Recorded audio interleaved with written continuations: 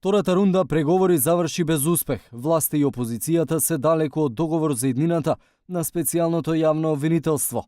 ВМРО ДПМН и понатаму стои на ставот дека власта нема за цел да се донесе квалитетен закон и дека нема политичка волја за имплементирање на забелешките.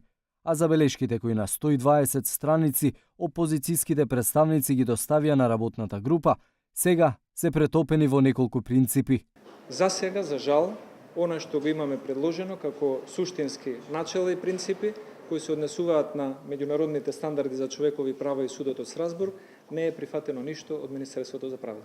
Но министерката за правда по состанокот изјави дека наместо амандмани и предлози од ВМРО ДПМН пристигнале принципи и насоки. Десковска ја повика опозицијата да достави конкретни предлог измени. Закон за јавно обвинителство во кој што би ставила одредба согласно нивното барање сите постапки кои што не се отворени до 30 јуни 2017 година да престанат и сите докази да паднат во вода би значило амнестија. Значи јас уште на првиот состанок кажав и потоа истото барање го повторија и написмено дека за тоа простор во законот нема.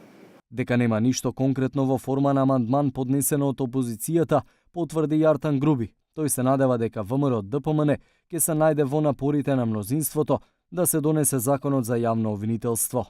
Нека предложат начини на кои што се уредува најдобро член по член законот за јавното обвинителство, за да видиме што од тоа може да биде прифатливо, а што е неприфатливо. Усвојувањето на овој реформски закон за јавно обвинителство е услов за добивање датум за почеток на преговори со Европската унија. За негово изгласување во парламентот потребно е двотретинско мнозинство.